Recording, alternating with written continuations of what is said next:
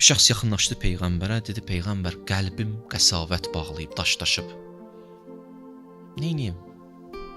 Hərdən qəlb daşlaşar, qəsavət bağlayar. Rəhmət hissi qəlbi tərk eləyər. Məzluma göz yaşı tökə bilmir. Məzlumu əzər. Pislik eləyər, zülm eləyər. Daşlaşar qəlb. Peyğəmbər, neyniyim? Qəlbim daşlaşıb. Peyğəmbər buyurdu ki, ət'imil miskin. Get miskin tap, onu yedirt. Çörək ver bir miskinə. İkinci cümləsi bu oldu.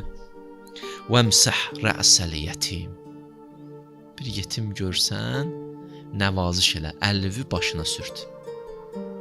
Yetimin başına əlvi sürtsən, qəlbinin qəsavəti get-gedə gedər. O daş əriyər. Yetimdə bu qədər Allah rəhmət qoyur yetim balada. Bağışlasın, indi o balalar da mənə indi baxırlar. İndi ola bilər o ailələr var ki, oturublar, ata dünyasını dəyişib, ya ana dünyasını dəyişib. Bağışlayın, qəlbinizi qəmləndirdimsə. Amma da hədisdir bu. Hədisdə var ki, innəl yetim izə bəka. Elə ki, yetim uşaq ağladı, İxtəzzə ləhul ərş. Allahın ərşi silkələnər. Allah deyər, kim onu ağlatdı?